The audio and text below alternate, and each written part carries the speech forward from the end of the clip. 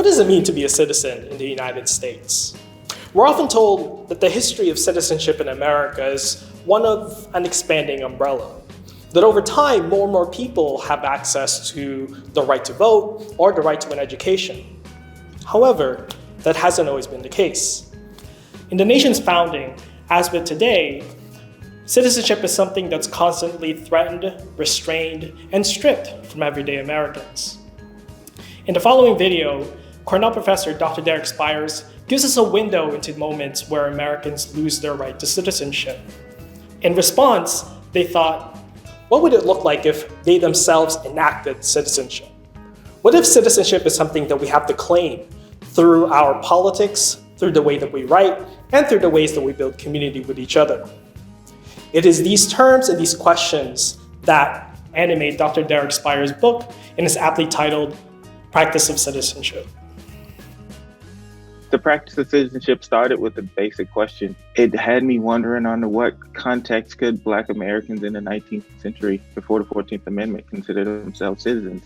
I saw a lot of citizenship talk in Black print, from convention minutes to petitions to sketches in newspapers, and realized that there was not a national standard before the 14th Amendment. So bigger question, what did it mean to be a citizen in the United States? And I proceeded under the assumption that these invocations of citizenship were more than purely rhetorical, that there was serious theoretical work happening in the way that these writers talked about citizenship under a certain set of conditions, which places like Pennsylvania and New York, sort of watching the founding moments, understanding that there aren't any prohibitions against expressing citizenship, against voting, against paying taxes, any of that sort of infrastructure, racist infrastructure in place.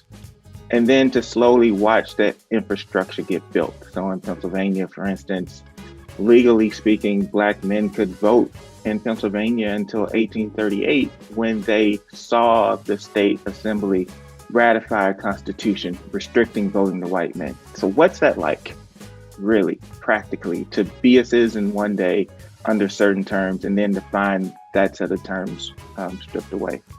And what I realized is that these writers increasingly focused on what citizens do to create and sustain community rather than sort of what the state does. And they began to write about the state as providing infrastructure. And so I boil it down to a few key practices.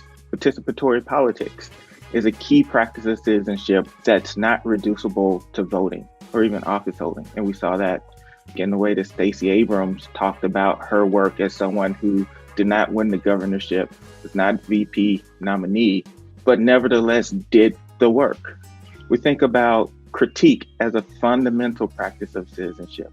The concept of parrhesia flows throughout the project through people like Frances Ellen Watkins Harper, whose work both as an abolitionist and sort of suffragist is really a precursor for what we're seeing with Black Lives Matter. And it's important to note that this is a Black woman laying this groundwork. Revolution as both an act and pedagogy. How do we think about something like anti-slavery violence? There is like theoretical work happening in slave rebellions in Jamaica, right? There's theoretical citizenship work happening with Margaret Garner, and Henry Highland Garnett actually addresses enslaved people as citizens. So what does it mean to look at enslaved people, say you are citizens, and as citizens, you have the right to strike? And so these are the questions that are swirling around the project. And I found that practice, rather than sort of identity or status, was a key way to get at it.